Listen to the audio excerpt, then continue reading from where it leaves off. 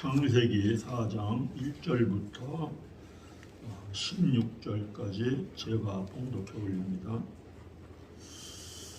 아담이 그의 아내 하와와 동침하매 하와가 임신하여 가인을 낳고 이르되 내가 여호와로 말미암아 등남하였다 하니라.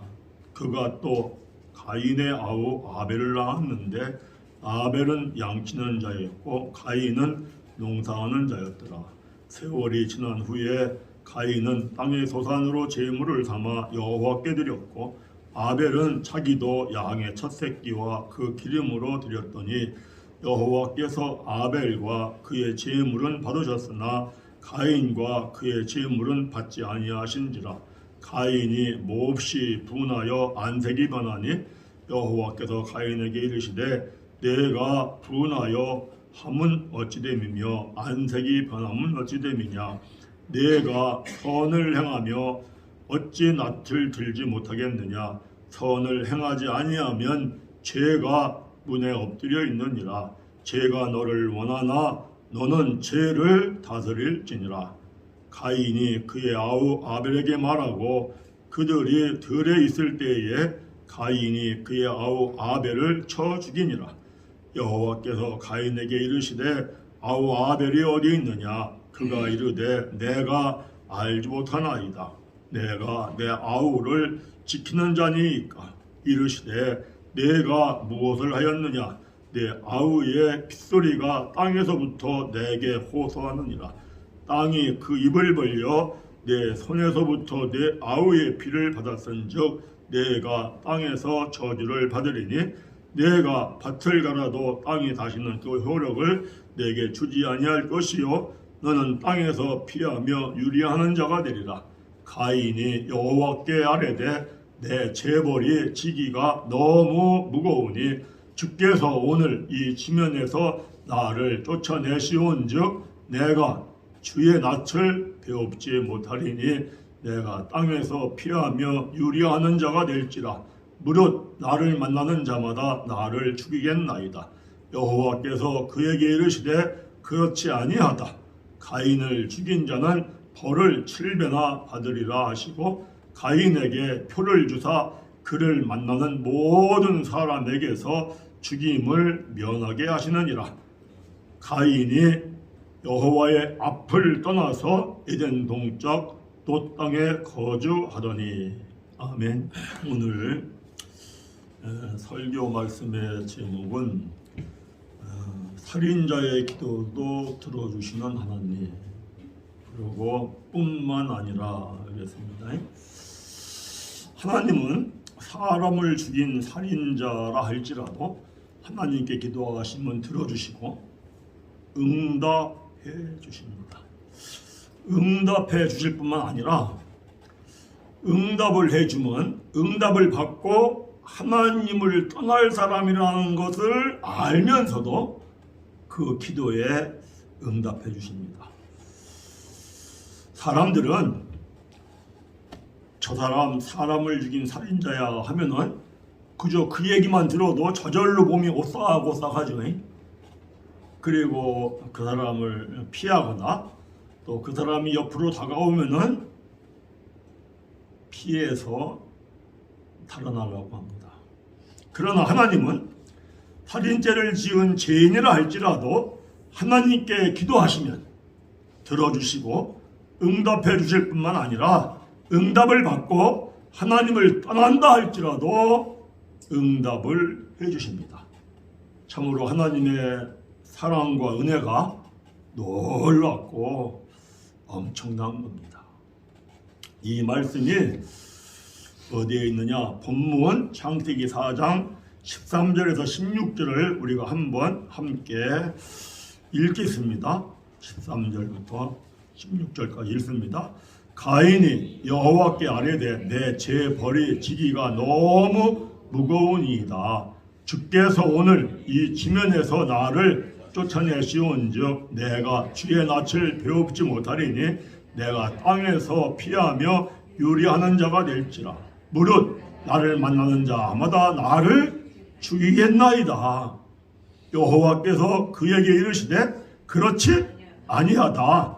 가인을 죽인 자는 벌을 7배나 받으리라 하시고 가인에게 표를 주사 그를 만나는 모든 사람에게서 죽임을 면하게 하시느니라. 16절 가인이 여호와 앞을 떠나서 에덴 종쪽 롯 땅에 거주하더니 이랬습니다. 자, 형 가인은 자기 뜻대로 땅의 소산과 제물로 하나님께 제사를 드렸습니다. 그러나 아우 아벨은 하나님의 뜻대로 양의 첫 새끼와 그 기름으로 하나님께 제사를 드렸습니다. 제가 이 창세기 4장은 여러 번 이미 설교를 했습니다. 하나님께서 아우 아벨의 제물은 받으시고 형 가인의 제물은 받지 않으셨습니다. 그러자 가인이 몹시 분하여 들에서 아우 아벨을 쳐 죽였습니다. 동생 아벨을 쳐 죽인 가인은 죄를 지은 것에 대하여 벌받을 것 때문에 너무 괴롭고 답답하고 그리고 누구인가가 자기를 쳐 죽일 것 같은 두려움과 공포감이 밀려옵니다. 그때 가인은 죄를 지었으니까 하나님을 피하여 도망가야 되지 않겠어요? 그런데 가인은 하나님을 피하여 도망가지 않고 하나님께 기도합니다. 여호와 하나님, 내가 죄벌을 지기에 너무 무겁습니다. 주께서 오늘 이 진에서 나를 쫓아내시면 내가 땅에서 피하며 유리한 자가 될 것인데 무릇 만나는 사람마다 나를 다 죽일 것 같습니다. 하나님 앞에 낱낱이 구합니다. 그러자 여호와 하나님께도 그에 이르시되 그렇지 아니하다. 아니 한마디로 그렇지 아니해. 그러고 하나님께서 가인을 죽인 자는 벌을 7배나 받으리라 하시면서 가인에게 표를 하나 딱 줍니다. 그러고 하시는 말씀이 모든 사람에게 너는 죽임을 면하리라. 이거는요 가인이 생각했던 것보다 더 넘치게 하나님이 응답을 해주신 겁니다. 그래서 가인이 용서를 받습니다. 그렇다면 우리들을 한번 생각해 보자고요. 우리들은 사람을 죽인 살인자도 아닙니다. 맞죠? 또 뿐만이 아니라 기도해서 성령을 충만하게 우리 받고자 하는데 성령을 충만히 받은 다음에 하나님을 떠나려고 하는 게 아니라 하나님이 우리에게 준 사명, 돋눈에처럼 정오의 빛 같은 사명을 감당하려고 합니다. 그러면 하나님이 우리들이 하나님께 올리는 기도를 기뻐히 받으시면서 목사와 함께 기도하는 모든 이들에게 성령 충만케 해주시고 우리로 하여금 돋눈에처럼 정오의 빛 같은 사명을 감당해 주시리라 믿습니다. 우리가 여기서 하나 생각하고 넘어갈 것이 있습니다. 가인이 아벨을 쳐 죽인 근본적인 원인이 무엇입니까? 비교의식입니다. 비교하는 것. 만약 그때 가인이 비교할 것이 아니라 왜 하나님께서 나의 재물은 안 받으셨을까? 내가 무엇을 잘못했기에, 내가 무엇을 깨닫지 못하기에 안 받으셨을까? 하나님 깨닫게 해주세요 하면 하나님이 깨닫게 해주셨을 것이고, 깨닫고 그러고 회개하고 돌이켜서 제사를 바르게 드렸다면 가인의 신앙은 성숙했을 것이고 가인과 아벨은 형제지간의 관계가 더 좋아졌을 겁니다. 그렇겠죠? 자, 여러분 우리가 생각해 봐야 합니다. 다른 사람과 나를 비교하는 것이 큰 죄라는 걸 깨달아야 합니다. 왜냐하면 비교하는 데에서 미움이 생깁니다. 비교하는 데에서 분노를 바라고 심하면 사람을 죽이기까지 합니다. 사실은 남과 나를 비교할 때 먼저 나 자신을 내가 스스로 괴롭히는 겁니다. 그리고 먼저 내가 내 자신을 영적으로 육적으로 죽이는 겁니다. 중요한 것은 뭐냐? 스스로 나를 점검해 보고 고칠 것이 있으면 하나님 깨닫게 해주세요. 그리고 하나님 고쳐주세요 하고 기도하고 노력하면 고쳐주십니다. 또 부족한 것이 있으면 하나님께 하나님 채워주세요 하고 기도하면 그리고 노력을 하면 하나님이 채워주실 줄 믿습니다. 생각을 해보자고요. 살인자의 기도도 들어주시는데 기도 응답을 받고 하나님을 떠나는 사람의 기도도 들어주시는데 하나님의 자녀인 우리들의 기도는 반드시 들어주실 줄 믿습니다.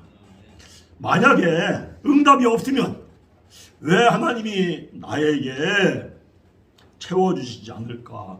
왜 하나님이 나를 고쳐주지 않으실까? 하고 응답이 없으면 지금 같은 나와 같은 상태로 있는 것이 합당해서 그렇다. 이렇게 믿으시길 바랍니다. 저도 생각을 하거든요. 왜 하나님이 나를 이렇게 목회를 하게 할까? 그 가끔 생각해봐요.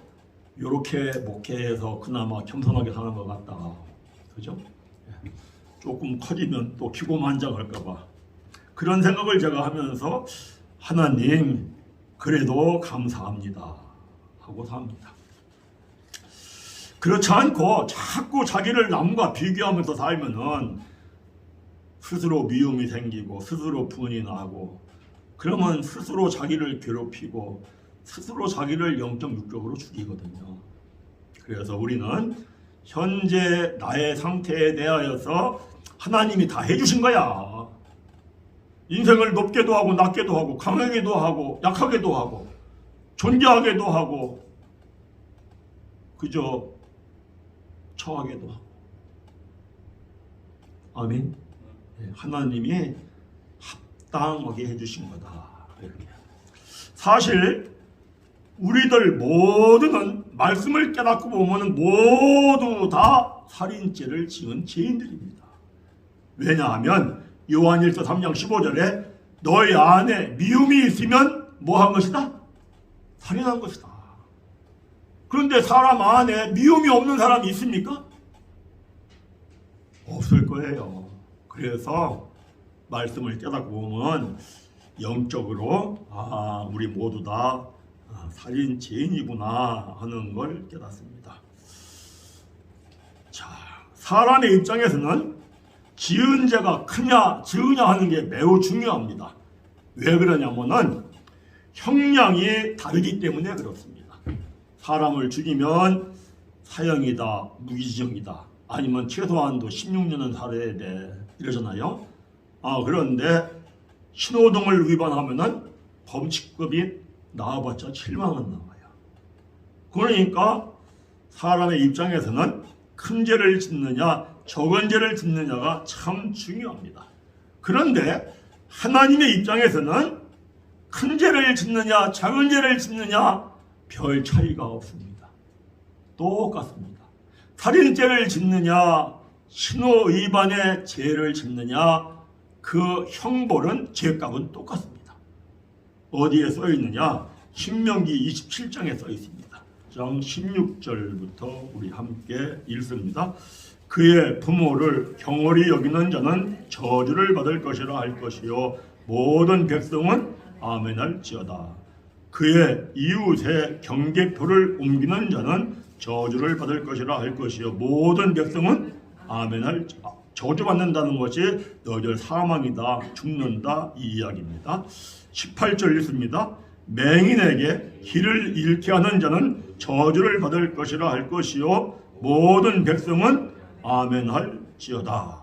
자, 그런데 쭉 읽죠. 그 다음에 19절 객이나 고아나 과비의 송사를 억울하게 하는 자는 저주를 받을 것이라 할 것이요 모든 백성은 아멘할지어다. 그의 아버지의 아내와 동침하는 자는 그의 아버지의 하체를 드러냈으니 저주를 받으라 할 것이요 모든 백성은 아멘할지어다. 짐승과 교합하는 모든 자는 저주를 받을 것이라 할 것이요 모든 백성은 아멘할지어다. 그의 자매 곧 그의 아버지의 딸이나 어머니의 딸과 동침하는 자는 저주를 받을 것이라 할 것이요 모든 백성은 아멘할지어다. 장모와 동침하는 자는 저주를 받을 것이라 할 것이요 모든 백성은 아멘할지어다. 24절 그의 이웃을 암살하는 자는 저주를 받을 것이라 할 것이요 모든 백성은 아멘할지어다. 그죠? 거기 쭉 읽으면은 하나님 앞에서는 큰 죄를 져도 저주를 받아요. 사망을 해요. 작은 죄를 져도 저주를 받아요. 사망을 해요. 맹인이 가다가 길을 잃어요. 그러면 바른 길로 가게 해줘야 되는데 그냥 내버려둬요. 그러면 그 죄도 저주를 받아 사망해요. 이웃을 암살했어요. 살인죄를 졌는데도 저주를 받아요. 사망해요. 그러니까 하나님 앞에서 볼 때에는 죄값은 전부 다 뭐다? 네, 저주고 사망이다. 똑같아요. 사람은 차이가 있지만 하나님 앞에서는 차이가 없다. 우리가 이거를 좀 깊이 생각하면서 우리가 살아가야 할 그런 필요가 있습니다. 자, 우리가 중요한 것은 하나님은 우리들이 기도하기를 기다리고 계십니다. 믿으시면 아멘. 왜냐하면 시편 107편 9절에 그러거든요. 그가 사모하는 영혼에게 만족을 주시고 줄인 영혼에게 좋은 것으로 채워주심이로다. 우리가요 하나님 앞에 기도하면은 하나님이 들으시고 우리가 원하는 것보다 더 채워주시는 걸 믿으시길 바랍니다. 기도하면 확실해요. 왜? 만족시켜 주시고 좋은 것으로 채워주신다고 거듭거듭 말씀하시거든요. 그래서 이번에 40일 호렙산 특별 밤기도회를 우리가 하는데 마음 먹고 작정하고 올라와서 원하는 것들을, 소원하는 것들을 기도하시기 바랍니다. 그러면은 살인자의 기도도 들어주시는데 하물며 우리는 살인한 죄를 지은 것도 아니고 또 우리는 기도 응답 받고 하나님의 뜻을 이루려고 하고 하나님이 기쁘게 들으시고 응답해 주실 줄 믿습니다. 그런데 하나님은 로마서 1장 24절에서 뭐라고 하느냐? 자기의 마음대로 자기의 뜻대로 하는 사람은 그 사람 그러다가 사망해 하는 걸 알면서도 내버려 두신다. 하나님이 어떤 분이시라는 걸 알아야 되거든요. 하나님은 우리들이 하나님께 나와 기도하기를 기다리시는 분이구나. 그러고 기도만 하면 내가 원하는 것보다 더 채워주시는 분이구나. 할렐루야. 아멘. 그런데 내가 기도 안 하면 내버려두는구나. 하나님이 이런 분이시라는 걸 우리가 알고 이번 기도에 참으로 40일 호렙산 특별 밤기도회를 하면서 올라와서 기도하셔서 체험하는 은혜가 충만히 임하기를 간절히 바랍니다. 그런데 중요한 게 뭐냐면은 살인죄를 지었다 할지라도 어떻게 기도해야 응답을 받느냐 이거예요. 가인이 어떻게 하나님 앞에 아뢰었기에 고백하였기에 하나님이 가인의 그 소리를 들으시고 응답을 내주셨느냐. 이게 중요하겠죠. 첫째는 내가 지은 죄의 벌에 대하여서 깊이 깨달아야 합니다. 그래서 가인이 그렇잖아요. 내가 지은 죄의 벌이 너무나 무겁습니다. 견딜 수가 없습니다. 왜? 너무 무거워서. 그리고 내가 사람을 죽인 죄가 너무 커서 그저 두렵고 공포가 나에게 밀려오는데 사람만 만나면 그 사람들이 나를 다 죽일 것 같습니다. 이 죄의 고백을 깊이 깨닫고 하나님 앞에 고백하는 게 먼저입니다. 그러고 둘째로는 죄를 낱낱이 하나님 앞에 고백하고 회개하는 겁니다. 하나님, 저의 죄가 너무나 깊고 너무나 무겁고 사람이 나를 죽일 것 같아서 이 공포감에 죄가 두렵고 떨려서 살 길이 없습니다. 하나님, 저를 불쌍히 여기시옵소서. 아멘. 그러면 하나님이 들으시고 용서해 주시고 응답하시는데, 가인이 소원했던 것과는 비교할 수 없이 표를 주시면서 용서해 주시는데, 더 가인이 바란 것보다 더 넘치게 이루어 주셨더라. 할렐루야. 자, 우리 또 하나 생각해 봐야 합니다. 그렇다면 왜 또 하나님이 가인의 그 기도 소리를 들으고 응답해 줬을까? 하나님은 셋째로 이렇게 말씀합니다. 너희들이 나를 간절히 찾으면 내가 너를 만나줄 거야. 아멘. 너가 나에게 나와 부르짖어 기도하면 내가 너에게 응답해 줄 거야. 아멘. 구하라, 얻을 것이요. 찾으라, 찾을 것이요. 두드리라, 열릴 것이니라. 하나님은 말씀을 했어요. 말씀을 하신 하나님은 반드시 말씀대로 이루신다. 아멘.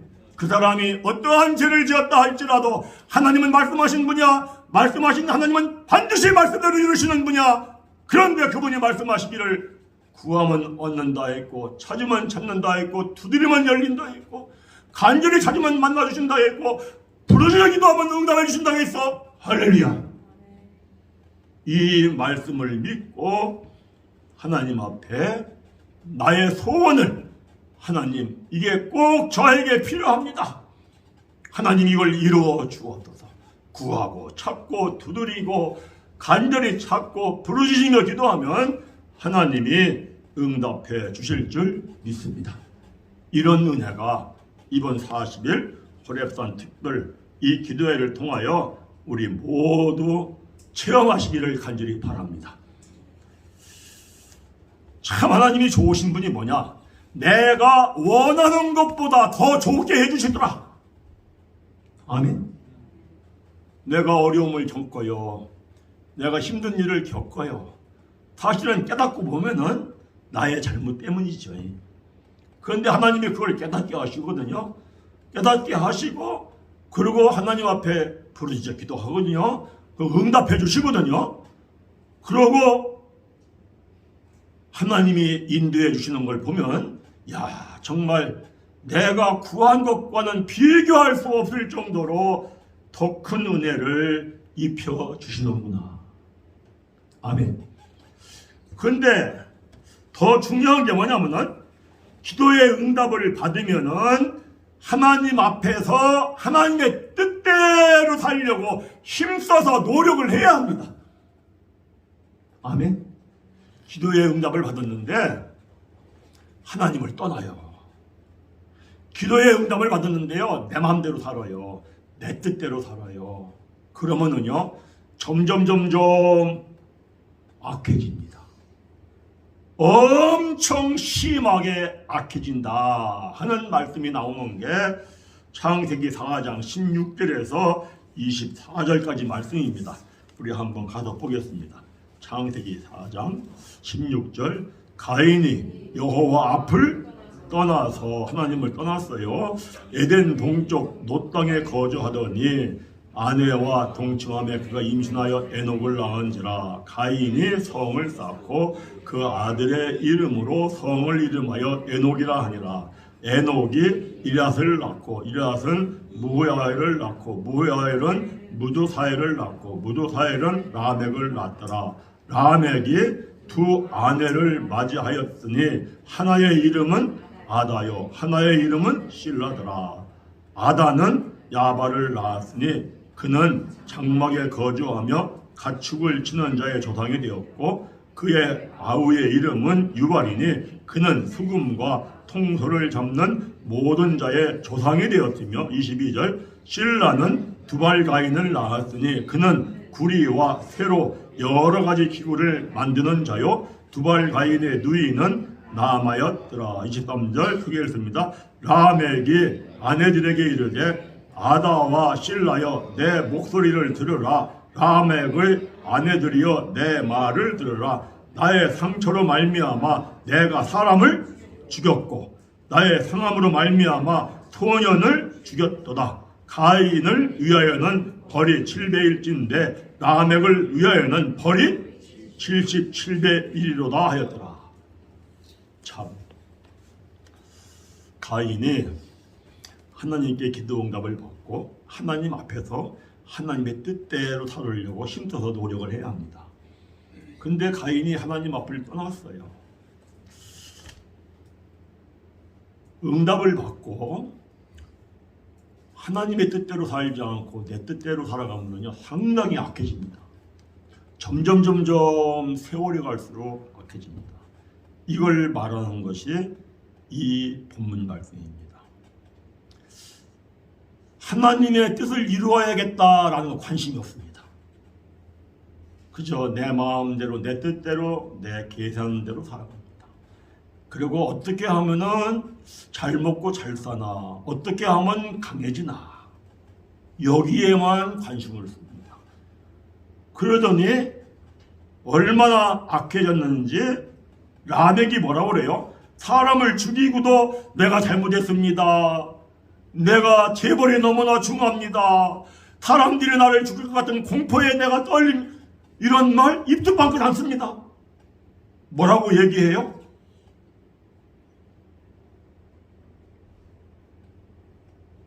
7배나 벌을 더 받을 것이다. 77배나 더하리라. 아니 이게 말 같은 소리예요? 있을 수 있는 이 얘기입니까? 그런데 왜 성경에 이걸 기록했을까요? 우리가 이걸 깨닫고 생각해 봐야 되거든요. 그래서 중요한 게 뭐냐? 반드시 하나님 앞에 기도 응답을 받으면 내 마음 속에서 하나님의 뜻대로 살지 못하게 하는 죄성이 있습니다. 죄가 있어요. 이 악한 게 있어요. 이 죄를 다스려야 돼요.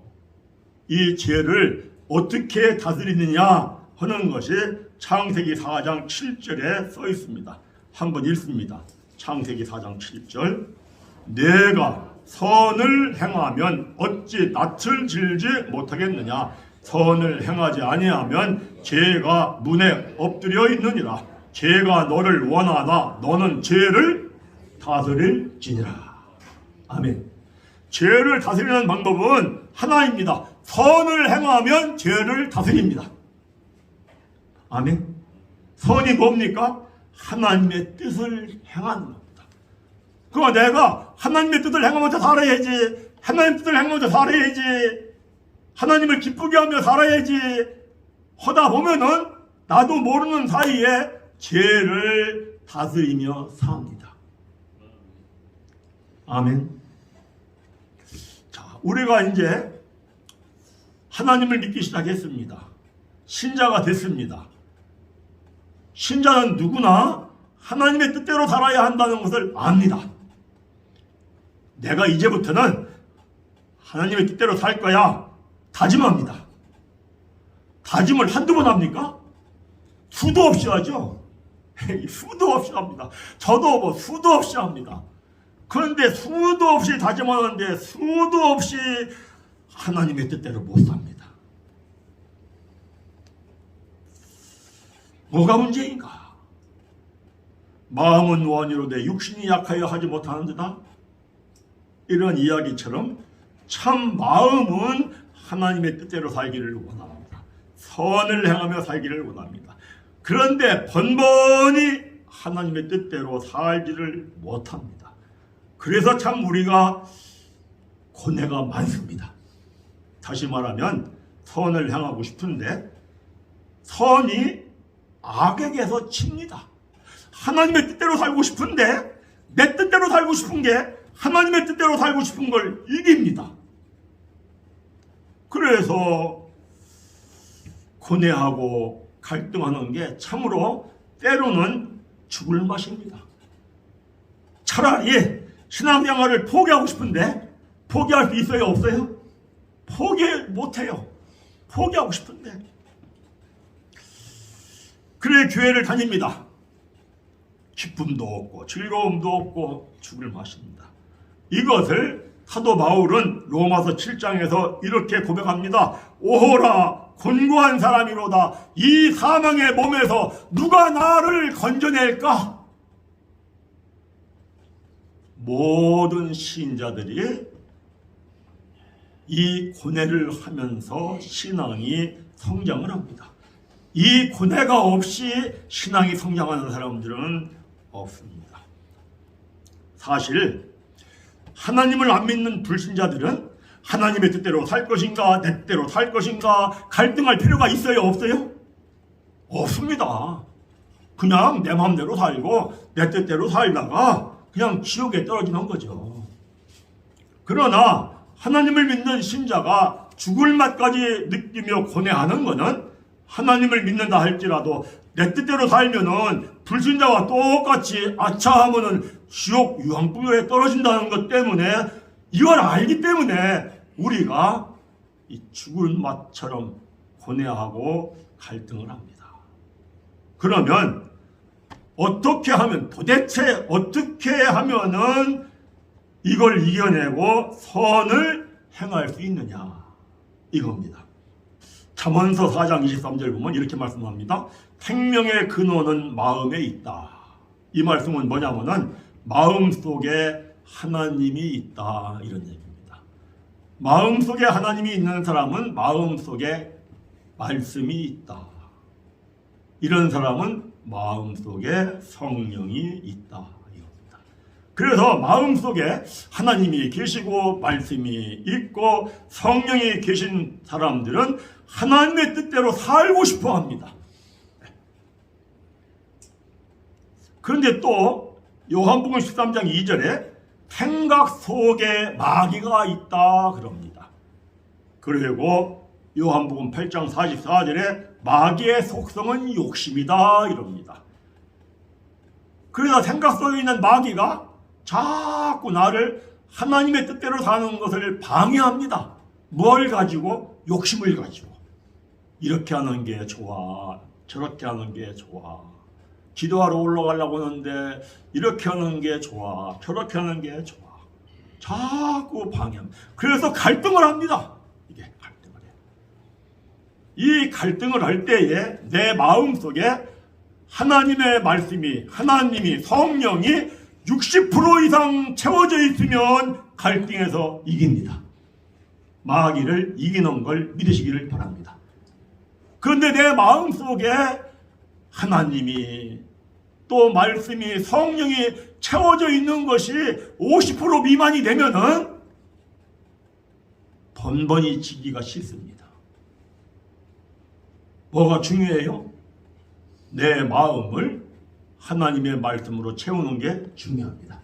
내 마음을 성령으로 채우는 게 중요합니다.